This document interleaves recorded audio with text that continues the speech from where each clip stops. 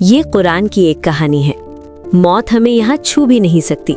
इन दीवारों को देखो, ये चट्टानें अमर हैं। ये वो कौम थी जिसने अपनी नेमतों को अहंकार के हथियार में बदल दिया था। एक खुदा हमारे बाप दादा के देवताओं को छोड़ दे। सालेह का दिमाग खराब हो गया है, वो पागल है, पागल। उनके लिए हिदायत एक अपमान थी। सच कोई अनुसरण करने वाली चीज नहीं, बल्कि हंसने वाली चीज थी। उसे सुनो, वो ऐसे बोल रहा है जैसे आसमान गिरने वाला हो। क्या बेवकूफ है। लेकिन आसमान खामोश नहीं थे। उनकी समझ में आने से बहुत पहले ही चेतावनी उतरनी शुरू हो चुकी थी। तुम चाहते हो हम तुम पर यकीन करें साले? ठीक है, उस ठंडी चट्टान से एक जीवित प्राणी को पैदा करके दिखाओ। अभी के अभी उस ठोस पत्थर से एक ऊंटनी निकाल कर लाओ। ये एक ऐसा चमत्कार यानी मौजज़ा था जो उनके बीच चलता फिरता था। एक जीवित निशानी जिसकी उन्होंने खुद मांग की थी। देवताओं की कसम, इसकी आंखों को देखो, ये इस दुनिया की नहीं है। बहुत हो गया, अगर हम इसे ऐसे ही चलने देंगे तो हम सब कुछ खो देंगे। उन्होंने सोचा कि वो एक समस्या को खत्म कर रहे हैं, लेकिन असलियत में वो एक उल्टी गिनती शुरू कर रहे थे। 3 दिन, उनकी हंसी और उनकी तबाही के बीच 3 दिन, उस सच को महसूस करने के लिए 3 दिन जिसका उन्होंने मजाक उड़ाया था। ये समूद की कहानी है। कई मुस्लिम घरों में बच्चे नष्ट हो चुकी कौमों के नाम सुनते हुए बड़े होते हैं। आद, समूद, फिरौन। हम आयतें याद करते हैं, लेकिन हम वो थरथराहट महसूस नहीं करते। ये एक चेतावनी नहीं, बल्कि इतिहास का एक पाठ बनकर रह जाता है। आज लोग मदाइन सालेह में उनके खंडहर देखने जाते हैं। वे तस्वीरें लेते हैं, दीवारों को छूते हैं। वाह, इस चट्टान की नक्काशी देखो, ये लोग जीनियस थे, ये सुंदर है।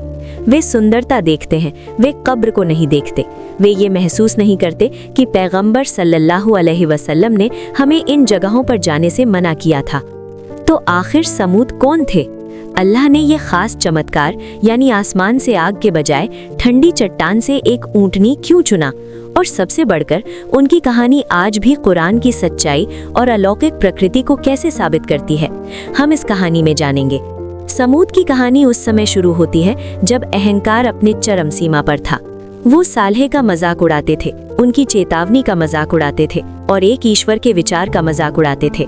सालेह चाहता है हम अपने बाप दादा के देवताओं को छोड़ दें। मैंने अपनी जिंदगी में इससे ज्यादा मूर्खतापूर्ण बात कभी नहीं सुनी। लेकिन असली शुरुआत एक सुबह हुई जब सूरज अल हिज्र पर धीरे से उगा। रोशनी पूरी घाटी में फैल गई। छेनियां पत्थर पर टकरा रही थी। धूल सुनहरी धुंध की तरह हवा में तैर रही थी। कुछ लोग औजार तेज कर रहे थे, कुछ झरने पर अपना चेहरा धो रहे थे, कुछ बिस्तर से उठकर अंगड़ाई ले रहे थे। सूरज चढ़ गया है और तुम अभी भी खर्राटे ले रहे हो? क्या पूरा दिन सोते रहोगे? उठो। व्यापारी टोकरियों में खजूर जमा कर रहे थे। माताएं अपने आंगन में झाड़ू लगा रही थी। बच्चे आधे तराशे हुए खंभों के बीच एक दूसरे का पीछा कर रहे थे। वो ऊपर कौन खड़ा है? क्या वो सालेह है? ये वो आदमी था जिसकी वे प्रशंसा करते थे, जिस पर वे भरोसा करते थे। वो आदमी जिसके लेकर वे मानते थे कि एक दिन वो उनका नेतृत्व करेगा। वो एक ऊंची चट्टान पर खड़ा था, जहां से आमतौर पर नेता घोषणाएं करते थे। उसने गहरी सांस ली और उसकी आवाज घाटी में गूंजी, ऐ मेरी कौम। ये किसी व्यापारी की पुकार नहीं थी, ना ही कोई कारीगर अपने काम का विज्ञापन कर रहा था। ये एक चेतावनी थी, एक ऐसी चेतावनी जो उनकी घाटी को 2 हिस्सों में बांटने वाली थी। लोगों ने अपना काम रोक दिया, छेनियां रुक गई। उन्होंने ऊपर देखा, वो क्या कह रहा है? वो इतना चिंतित क्यों लग रहा है? और फिर अपनी पूरी कौम के सामने सालेह अलैहिस्सलाम ने कहा, ऐ मेरी कौम, मेरे बोलने से पहले मुझे इस बात का जवाब दो। क्या मैं तुम्हारे बीच बड़ा नहीं हुआ? क्या मैं वही नहीं था जिस पर तुम भरोसा करते थे, जिससे तुम्हें बहुत उम्मीदें थी? हाँ, तुम सालेह हो, तुम समझदार हो। हमने सोचा था कि तुम हमारे नेता बनोगे। ठीक जैसे कि मक्का के लोग पैगंबर सल्लल्लाहु अलैहि वसल्लम को अल अमीन कहते थे, वैसे ही समूद के लोग सालेह को अपनी उम्मीद के रूप में देखते थे। सालेह रुके, उनका ध्यान उनकी तरफ था, उनकी पश्ती मिल गई थी और फिर उन्होंने सच बोल दिया, तो मैं तुम्हें खबरदार करता हूँ, केवल अल्लाह की इबादत करो, उसके सिवा तुम्हारा कोई और खुदा नहीं है। वही है जिसने तुम्हें इस मिट्टी से बनाया और तुम्हें इसमें बसाया। जैसे ही ये शब्द उनके मुंह से निकले, घाटी की हवा बदल गई। एक चीखती हुई खामोशी उनके चेहरों पर छा गई। वे सदमे में एक दूसरे को देखने लगे। ये क्या कह रहा है?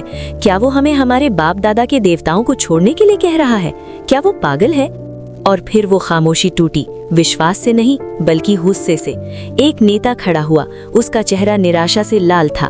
साल्हे, क्या इसीलिए तुमने हमें इकट्ठा किया है? हमारे देवताओं का अपमान करने के लिए, हमारे जीवन जीने के तरीके को तोड़ने के लिए? यही वो पल था जब समूद की किस्मत बदलने लगी। एक सुबह, एक भाषण, एक इनकार जो उस दिन तक गूंजेगा जब तक कि वे पृथ्वी से मिट नहीं गए। लेकिन वो उनसे इतनी नफरत क्यों करने लगे थे? उन्हें नजरअंदाज क्यों नहीं कर दिया? विद्वान इसे बहुत खूबसूरती से समझाते हैं। देखिए, सालेह अलैहिस्सलाम कोई आम आदमी नहीं थे। कुरान में बुजुर्ग उनसे कहते हैं, कुंता फीना मरजू वन। इसका मतलब है सालेह अलैहिस्सलाम कबीले के गोल्डन बॉय थे। वे वही थे जिनसे उन्हें उम्मीद थी कि वे उनके अगले सरदार बनेंगे। वे वही थे जिन्हें उनकी परंपराओं, उनके गर्व और उनकी मूर्तियों की रक्षा करनी थी। इससे पहले कि वे अल्लाह के बारे में एक शब्द भी बोलते, उनके दिलों में सालेह के लिए पहले से ही एक नाम था, भरोसेमंद, समझदार, होनहार। और ध्यान दे, अल्लाह ने उन्हें पहले दिन नष्ट नहीं किया जब उन्होंने सालेह का मजाक उड़ाया था। आसमान नहीं फटा, धरती ने उन्हें तुरंत नहीं निगला। क्यों? क्योंकि हिदायत कभी जबरदस्ती नहीं थोपी जाती, इसे बार बार पेश किया जाता है। बातचीत, चेतावनियां, निजी वार्तालाप, सार्वजनिक भाषण। इसलिए जब हम बाद में उनके विनाश के बारे में सुनते हैं तो हमें याद रखना होगा कि ये कहीं से अचानक नहीं आया। ये एक ऐसे व्यक्ति के बाद आया जिसे वे प्यार करते थे, जिसने उन्हें बचाने के लिए यर्स बिताए थे। उस सुबह से सम्मान खत्म हो गया। सालेह अलैहिस्सलाम प्रचार करने के लिए बाजार जाते तो मुंह खोलने से पहले ही अपमान उन पर बरसने लगते। संदेश वाहक के लिए रास्ता छोड़ो, उस आदमी के लिए रास्ता छोड़ो जो खुद को हमारे बाप दादा से बेहतर समझता है। वे गरीब लोगों के एक समूह को उम्मीद देने के लिए बात करने की कोशिश करते, लेकिन अमीर लोग उन्हें बीच में ही काट देते। ऐ सालेह, तुम हमें अदृश्य से डराते हो? मेरे महल को देखो, मेरे सोने को देखो। क्या ऐसा लगता है कि तुम्हारा खुदा मुझसे नाराज है? सालेह अलैहिस्सलाम जहाँ भी जाते, आवाजें उनका पीछा करती। कुछ मजाक उड़ाते, कुछ हंसते और कुछ उनके पास खड़े होने से भी डरते थे। उसकी आंखों में मत देखो, वो मशहूर है, वो जादूग्रस्त है, जिन ने उसका दिमाग कब्जे में कर लिया है। अपमान पत्थरों में बदल गए। शहर के 9 सबसे भ्रष्ट आदमी, समूद के गिरोह के नेताओं ने उन्हें तोड़ने के लिए एक मुहिम शुरू की। अगर तुम सच्चे हो तो अजाब ले आओ, इंतजार क्यों, अभी लाओ। उस दर्द की कल्पना करें। ये उनके अपने लोग थे, उनका अपना परिवार, उनका अपना कबीला। जो लोग कभी उनका जश्न मनाते थे, अब उनके साथ अछूतों जैसा व्यवहार कर रहे थे। ऐ मेरी कौम, मैं तुमसे धन या सत्ता नहीं मांगता, मेरा इनाम केवल दुनिया के रब के पास है। लेकिन अंधे को देखने के लिए कहना उसे सिर्फ गुस्सा दिलाता है। वे तर्क नहीं चाहते थे, वे तमाशा चाहते थे। इसकी बात मत सुनो, इसने हमारे पूर्वजों के तौर तरीके छोड़ दिए हैं। ये हमें दूसरे कबीलों के सामने अपमानित करना चाहता है। वे सड़कों पर उनका इंतजार करते, उनके पैरों के पास पत्थर फेंकते, उनकी नमाज का मजाक उड़ाते और हर दिन घाटी कड़वे तानों से गूंजती। पागल, फसादी, परंपरा का नाशक। बस बहुत बातें हो गई सालेह। तुम चाहते हो हम यकीन करें? तो बोलना बंद करो और हमें कोई चमत्कार दिखाओ। उनके दिल सख्त थे, उनका अहंकार बढ़ रहा था और उनकी अवज्ञा चरम पर थी। लेकिन कुछ और गहरा अंधेरा आ रहा था, कुछ ऐसा जो सब कुछ बदलने वाला था। जैसे जैसे दिन बीतते गए, घाटी में कुछ और गहरा अंधेरा फैलने लगा। मजाक काम नहीं आया, पत्थर काम नहीं आए, इसलिए सरदारों ने अपना सबसे गंदा पत्ता खेला, बहिष्कार। मेरी बात सुनो, सालेह एक बीमारी है। अगर तुम उसके पास बैठोगे तो तुम संक्रमित हो जाओगे। अगर तुम उसके साथ व्यापार करोगे तो तुम संक्रमित हो जाओगे। उसे काट दो। ये सिर्फ किसी को अनफ्रेंड करना नहीं था, ये एक कबीलाई समाज में अस्तित्व का खतरा था। अगर आपको काट दिया जाए तो आप मर चुके हैं। क्या तुम अपनी विरासत खोना चाहते हो? अगर मैंने तुम्हें सालेह के साथ फिर से देखा तो तुम मेरे बेटे नहीं हो। मेरी नजरों से दूर हो जाओ। घाटी 2 हिस्सों में बंट गई। एक तरफ मुस्तकबिरून यानी अहंकारी कुलीन, सरदार, अमीर, और दूसरी तरफ मुस्तदअफून यानी कमजोर, गरीब, जिनके पास अपनी आत्मा के सिवा खोने के लिए कुछ नहीं था। अपने बेटों को सालेह के पास मत जाने दो, लोग देख रहे हैं। माताओं ने अपने बच्चों को खींच लिया। जब वो पास से गुजरे तो पड़ोसियों ने अपनी आवाजें धीमी कर ली। पुराने दोस्त उनसे बचने के लिए सड़क पार कर गए। इसलिए नहीं कि वे उनसे नफरत करते थे, बल्कि इसलिए कि वे उनके साथ देखे जाने से डरते थे। सालेह, हम आपकी इज्जत करते थे, हम आप पर भरोसा करते थे, लेकिन अब आप विभाजन के अलावा कुछ नहीं लाए। कुरान हमें बताता है कि उन्होंने कहा, तुम इससे पहले हमारी उम्मीद थे, लेकिन अब वे उनका डर, उनकी बेचैनी, उनकी चुनौती थे। मेरे परिवार ने मुझे घर से निकाल देने की धमकी दी है अगर मैं आपका अनुसरण करूं। घरों के अंदर एक खामोश जंग शुरू हो गई। भाई बहस करते, पिता धमकी देते, गुपचुप तरीके से समूह बन गए। कुछ सालेह का समर्थन करते, अधिकांश उनका विरोध करते। वो घाटी जो कभी छीनियों और हंसी से गूंजती थी, अब किसी नई चीज से गूंज रही थी, शक। सरदारों ने महसूस किया कि वे नियंत्रण खो रहे हैं। उन्होंने महसूस किया कि डर ही काफी नहीं था, उन्हें सालेह को हमेशा के लिए अपमानित करना था। उन्हें उसे एक ऐसी चुनौती देनी थी जिसे वो कभी भी पूरा न कर सके। वो कहता है कि उसका रब सब कुछ कर सकता है, ठीक है, चलो उसके इस रब की परीक्षा लेते हैं। अहंकार इसी तरह बढ़ता है। जब नसीहत नाकाम हो जाती है, जब चेतावनी नाकाम हो जाती है, जब सच ईगो को चुभता है, तो वे चमत्कार की मांग करते हैं। यकीन करने के लिए नहीं, बल्कि चुनौती देने के लिए। दबाव बढ़ता गया, बहसें तेज होती गईं, सरदार और ढीठ हो गए। वे आज इस सालेह समस्या को खत्म करना चाहते थे। और फिर एक दिन उन्होंने उन्हें घेरने का फैसला किया। सालेह, तुम दावा करते हो कि तुम्हारा रब तुम्हें भेजा है, तुम दावा करते हो कि तुम सच बोलते हो, ठीक है, साबित करो। उनके चारों ओर भीड़ जमा हो गई। मजदूर, व्यापारी, बुजुर्ग, बच्चे, शोरगुल, जिज्ञासु, मजाक उड़ाते हुए। सालेह अलैहिस्सलाम शांत रहे। बरसों के अपमान ने उन्हें नहीं हिलाया था, लेकिन आज वे केवल उनका मजाक नहीं उड़ा रहे थे, वे अल्लाह का मजाक उड़ा रहे थे। जो हम मांगते हैं वो लाओ, अगर तुम सच्चे रसूल हो। अपने रब से हमें कोई निशानी दो। तुम कौन सी निशानी चाहते हो? भीड़ बुड़बुड़ाई, नजरें इधर उधर हुई, काना फुसी बही, जब तक कि आखिरकार एक बुजुर्ग बाहर नहीं आया, वो जो अपने अहंकार के लिए जाना जाता था। क्या तुम वो चट्टान देख रहे हो? वो ठंडी, सख्त, मृत चट्टान। अगर तुम्हारा रब सच्चा है तो उससे कहो कि उस चट्टान से एक ऊंटनी निकाले। लेकिन बुजुर्ग अभी रुका नहीं था, वो इसे असंभव बनाना चाहता था। कोई भी ऊंटनी नहीं, वो विशाल होनी चाहिए, वो लाल होनी चाहिए, और वो 10 महीने की गर्भवती होनी चाहिए। ये कोई अनुरोध नहीं था, ये एक जाल था। उन्होंने एक ऐसा चमत्कार चुना जो हर चीज को धता बताता था, प्रकृति, तर्क, वास्तविकता। अगर तुम ये कर सकते हो सालेह तो हम तुम पर ईमान लाएंगे। लेकिन एक बच्चा भी उस झूठ को देख सकता था। उनकी आंखों में चुनौती थी, ईमानदारी नहीं। उनके दिल हार चाहते थे, हिदायत नहीं। अपनी ऊंटनी लाओ, चट्टान खोलो, हमें अपनी निशानी दिखाओ। सालेह अलैहिस्सलाम ने चट्टान की ओर देखा, फिर अपने लोगों की ओर, और फिर आसमान की ओर। वे कुछ ऐसा जानते थे जो वे नहीं जानते थे। वे जानते थे कि जब अल्लाह अहंकार का जवाब देता है तो वो इस तरह जवाब देता है कि कोई बहाना नहीं बचता। अगर अल्लाह तुम्हें वो निशानी दे देता है जो तुम मांगते हो, तो क्या तुम ईमान लाओगे? क्या तुम आज्ञा मानोगे? हाँ, हम ईमान लाएंगे, हम पालन करेंगे। उन्होंने अपनी जबान से वादा किया, क्योंकि उन्हें यकीन था कि ऐसा नहीं होगा। उन्हें कोई अंदाजा नहीं था कि उनका अनुरोध उनकी किस्मत पर मोहर लगा देगा। घाटी स्थिर थी, हवा भी रुक गई, जैसे कि पूरी सृष्टि इंतजार कर रही हो। सालेह अलैहिस्सलाम लोगों के सामने खड़े थे।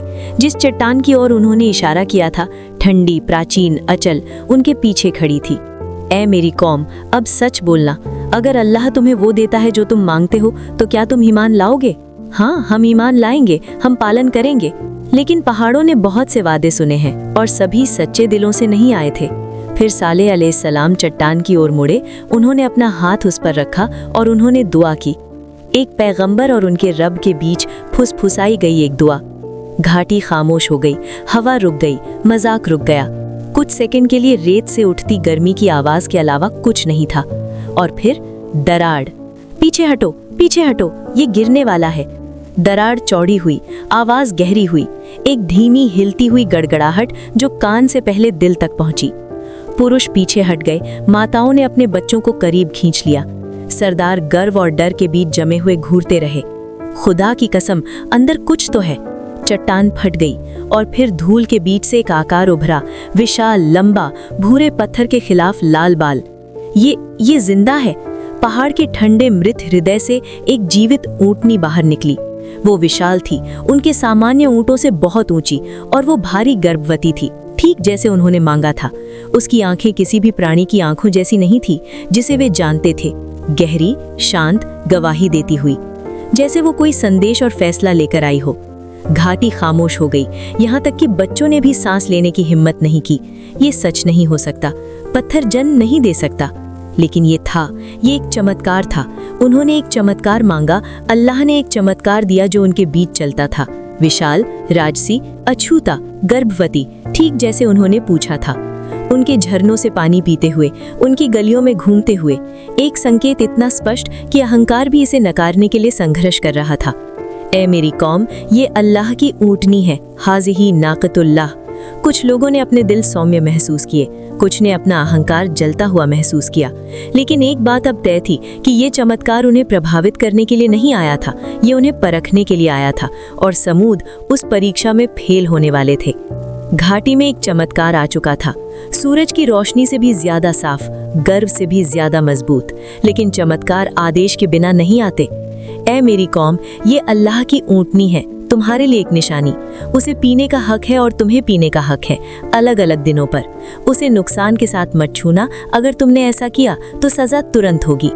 आदेश सरल, स्पष्ट और सीधा था, लेकिन अहंकार सरलता से नफरत करता है। तो वो हमारे झरने से अकेले पिएगी?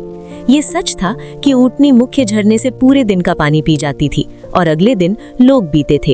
एक बारी, एक रोटेशन, सीधे अल्लाह की तरफ से एक परीक्षा। उस जानवर को देखो, वो हमें सुखा रही है, इसकी वजह से मेरे मवेशी प्यासे हैं। लेकिन यहाँ वो हिस्सा है जिसे एहसान गरामुश लोग भूलना पसंद करते हैं। जिन दिनों वो हमारा पानी पीती थी, वो कुछ वापस भी देती थी। वो गांव के बीच में खड़ी हो जाती थी और उसका थन भरा होता था। गरीब, कमजोर और बच्चे कटोरे और बाल्टियां लेकर आते थे। वो इतना दूध देती थी कि समूद के हर एक व्यक्ति का पेट भर जाता। हमने पानी दिया, लेकिन हमें भोजन मिला। ये अल्लाह की रहमत है। क्या तुम देखते हो कि वे उसकी तरफ कैसे देखते हैं? अगर हम इसे जारी रहने देते हैं तो साले अगले साल तक समूद का राजा बन जाएगा। सरदारों ने महसूस किया कि जमीन उनके नीचे से खिसक रही है। उनकी ताकत, उनका प्रभाव, उनका गौरव। एक ऊंट, बस एक ऊंट उनके दशकों के अधिकार को खत्म कर रहा था। मुझे नहीं पता क्यों, लेकिन जब मैं उसे देखता हूँ तो मुझे डर लगता है। मुझे शांति महसूस होती है, जैसे कि वो एक चेतावनी के साथ आई है। धाटी विभाजित हो गई, कुछ दिल खुल गए, अन्य पत्थर की तरह सख्त हो गए। और जल्द ही एक योजना कानाफूसी में बनी, ईर्ष्या से पैदा हुई, डर से भड़की हुई और उन सभी को बर्बाद करने के लिए नियत एक योजना। चमत्कार से उनके दिल नर्म होने चाहिए थे, लेकिन कुछ के लिए इसने उनके अंदर के पत्थर को और भी सख्त कर दिया। योजना तय थी। 9 लोग चांदनी में इकट्ठा हुए। वे अहंकार के नशे में थे, लेकिन उन्हें एक नेता की जरूरत थी, पत्थर के दिल वाला एक आदमी। उसका नाम था कुदार बिन सालिफ। पैगंबर सल्लल्लाहु अलैहि वसल्लम ने उसे पूर्वजों में सबसे बदबख्त, मोस्ट रेचेड बताया है। उसने पहला वार करने की जिम्मेदारी ली। उसे पकड़े रखो, मैं इस किस्से को खत्म करता हूँ। वो राजसी जानवर, अल्लाह की निशानी, धूल में अपने घुटनों पर गिर गई। उसने खड़े होने की कोशिश की, लेकिन उसके पैर जा चुके थे। जैसे ही वो गिरी, उसकी आंखें केवल एक चीज को ढूंढ रही थीं, उसका बछड़ा। वो बछड़ा खून और हथियार देखकर भयभीत होकर पहाड़ की ओर भागा। उसने 3 बार चीख लगाई, 1, 2, 3। उसकी चीख अल हिज्र में एक चेतावनी की तरह गूंजी, एक ऐसी आवाज जो घाटी ने पहले कभी नहीं सुनी थी और न कभी फिर सुनेगी। विद्वान कहते हैं वे 3 चीखें समूद के लिए बचे हुए 3 दिनों की मोहलत थीं। फरिश्ते कहाँ हैं? बिजली कहाँ है? देखो, ये सिर्फ मांस और हड्डी है। उन्होंने मांस काटा और बांटा, अपनी जीत का जश्न मनाया। ये अंतिम उद्दंडता थी। काम हो गया, अब देखते हैं साले क्या कर सकता है। और साले अलैहिस्सलाम, वो आदमी जिसने उन्हें बचाने के लिए साल बिताए, दर्द भरी आंखों के साथ गिरी हुई ऊँटनी के पास गए। तुमने अल्लाह की निशानी को नुकसान पहुंचाया है और अपने ऊपर तबाही बुला ली है। घाटी के लोग अभी तक इसे नहीं समझे थे। वे उन पर हंसे। 3 दिन? उन्होंने सोचा कि ये बस एक और खोखली धमकी है। वे नहीं जानते थे कि घड़ी टिक टिक करना शुरू कर चुकी है। सुबह तक खबर पूरी घाटी में फैल गई। ऊँटनी मर चुकी थी और उसके साथ उनका आखिरी बहाना भी।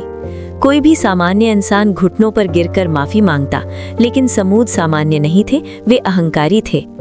पहले दिन दोपहर में शहरों में कानाफूसी शुरू हो गई। परिवारों ने देखा कि उनके चेहरे बदल रहे हैं, एक बीमार पीलापन, जैसे डर ने भौतिक रूप ले लिया हो। मेरी तरफ देखो, मेरी त्वचा ऐसी क्यों दिख रही है? ये कुछ नहीं है, केवल गर्मी है, केवल बेचैनी है। दूसरी सुबह पीलापन लाल रंग में बदल गया। उनके चेहरे ऐसे लग रहे थे जैसे खून में सने हो। दहशत पागलपन में बदल गई। डरो मत, साली झूठ बोल रहा है, कुछ नहीं होगा। तो तुम्हारा चेहरा हमारे जैसा लाल क्यों है? खामोशी। और यहाँ सबसे पागलपन वाला हिस्सा है। तौबा करने के बजाय 9 नेता गुस्से में आ गए। वे आखिरी बार इकट्ठा हुए। अगर हम मरने वाले हैं तो साले हमारे साथ जाएगा। आज रात हम उसे और उसके परिवार को मार डालेंगे। अहंकार की कल्पना करें। अल्लाह की सजा से उनके चेहरे लाल हो रहे हैं और वे एक हत्या की योजना बना रहे हैं। वे अंधेरे में साले अलैहिस्सलाम के घर की ओर बढ़े, लेकिन अल्लाह की योजना तेज है। इससे पहले कि वे उन तक पहुंचे, आसमान से पत्थरों की बारिश हुई और उन 9 हत्यारों को तुरंत कुचल दिया। नेता सबसे पहले मारे गए। आखिरी सुबह आई और उसके साथ सच्चाई भी। उनके चेहरे आग के धुएं की तरह काले हो गए थे। बच्चे रो रहे थे, औरतें विलाप कर रही थीं, मर्द जमे हुए खड़े थे, उस चीज का इंतजार कर रहे थे जिसे वे देख नहीं सकते थे लेकिन महसूस कर सकते थे। 3 दिन पूरे हो गए। सूरज डूब रहा है। उस रात कोई नहीं सोया। घाटी खामोश थी, शांति से नहीं बल्कि इसलिए कि हर दिल जानता था कि अगला सूर्योदय उनका आखिरी होगा। 3 दिन खत्म हो गए। सूरज अल हिज्र पर उगने लगा, लेकिन घाटी उसके साथ नहीं उठी। एक स्थिरता ने सब कुछ ढक लिया, जैसे हवा ने खुद हिलने से इनकार कर दिया हो। और फिर आसमान चीख उठा। कुरान इसे अस्सय्याह कहता है, महागर्जना, द ब्लास्ट। ये सिर्फ आवाज नहीं थी, ये एक सोनिक ब्लास्ट था। अस्सय्याह, ये फरिश्ते जिब्राइल अलैहिस्सलाम की एक चीख थी जिसने उनके दिलों को तुरंत फाड़ दिया। इसने उन्हें भागने का समय नहीं दिया, इसने उन्हें वापस चिल्लाने का समय नहीं दिया। कुरान कहता है कि वे जाथिमीन पाए गए, वे अपने चेहरों के बल औंधी पड़े पाए गए, घुटने फर्श में धंसे हुए। अहंकार सचमुच में सपाट हो गया था। जो लोग पहाड़ तराशते थे, अब वे केवल धूल थे। उनके बीच से साले अलैहिस्सलाम और कुछ ईमान वाले बचा लिए गए, खंडरों से दूर जाते हुए। लेकिन जाने से पहले साले ने आखिरी बार पीछे मुड़कर कहा, ऐ मेरी कौम, मैंने तुम्हें अपने रब के पैगाम पहुंचाया था और मैंने तुम्हें नसीहत की थी, लेकिन तुम नसीहत देने वालों को पसंद नहीं करते। सदियों से गूंज से भरी घाटी में उस दिन एक भी आवाज नहीं थी। समूद, एक ऐसी कौम जो धरती को तराशने के लिए काफी ताकतवर थी, उसे बनाने वाले अल्लाह की एक चीख से नहीं बच सकी। समूद इसलिए नष्ट नहीं हुए क्योंकि वे बेवकूफ थे, वे जीनियस थे। वे इसलिए नष्ट हुए क्योंकि उन्होंने सोचा वे सुरक्षित हैं। उन्होंने सोचा कि उनका पैसा, उनकी पत्थर की दीवारें और उनका रुतबा उन्हें खुदा से बचा लेगा। आज हम पहाड़ नहीं तराशते, लेकिन हम दूसरी चीजें तराशते हैं। हम करियर बनाते हैं, हम रुतबा बनाते हैं, हम अहंकार बनाते हैं। और समूद की तरह हम सोचते हैं, मैं सुरक्षित हूँ, मुझे कुछ नहीं छू सकता। इस कहानी का सबसे डरावना हिस्सा चीख नहीं है, वो है नसीहत पर उनकी प्रतिक्रिया। जब साले अलैहिस्सलाम ने उन्हें नसीहत की तो उन्होंने ये नहीं कहा कि तुम गलत हो, उन्होंने कहा, तुम्हें बताने वाले तुम कौन होते हो? अपने आप से पूछिए, जब कोई माता पिता या दोस्त या विद्वान आपको सुधारता है तो आपकी पहली प्रतिक्रिया क्या होती है? क्या ये शुक्रिया है या ये तुम अपने आप को क्या समझते हो? अगर आपका दिल नसीहत से नफरत करता है तो सावधान हो जाइए, ये आपके अंदर बढ़ रहा समूद का बीज है। उन्होंने एक ऊँटनी को ठुकरा दिया। हम हर दिन हमें भेजे गए रिमाइंडर्स को स्क्रॉल करके हटा देते हैं। हम संकेत देखते हैं लेकिन हम रुकते नहीं हैं। परीक्षा वही है, केवल नजारा बदल गया है। ऐसी कौम न बने जो मजबूत घर बनाती है लेकिन जिनके दिल कमजोर हैं। मुझे उम्मीद है कि आप संदेश समझ गए होंगे और मुझे उम्मीद है कि इस कहानी ने आपके दिल को उतना ही हिलाया जितना इसने मेरे दिल को हिलाया। जाने से पहले मेरा एक छोटा सा अनुरोध है, एक सच्ची गुजारिश है। अगर आप चाहते हैं कि हम हर कहानी को इस तरह पूरा करें कि लोग सचमुच समझ सकें, तो कृपया हमारे पेट्रियन समुदाय में शामिल होने पर विचार करें। चैनल को सपोर्ट करके आप मुझे एडिटर्स और रिसर्चर्स को नियुक्त करने का मौका देते हैं ताकि हम बेहतर कंटेंट जल्दी बना सकें। या कम से कम बस सब्सक्राइब करें, एक लाइक छोड़ें, कहानी को किसी ऐसे व्यक्ति के साथ शेयर करें जिसे इसकी जरूरत हो सकती है। और ईमानदारी से कहूँ तो आप जो देंगे वो शायद एक कप कॉफी से कम हो सकता है, लेकिन इसका रिवॉर्ड इंशाअल्लाह आपके तराजू पर भारी होगा। इस उम्मा को अपनी दुआओं में रखें और अल्लाह हमें अहंकार और विद्रोह से बचाए और हमारे दिलों को हमेशा सच्चा रखे। जज़ाकल्लाह खैरन। अस्सलामु अलैकुम वरहमतुल्लाहि वबरकातुहू।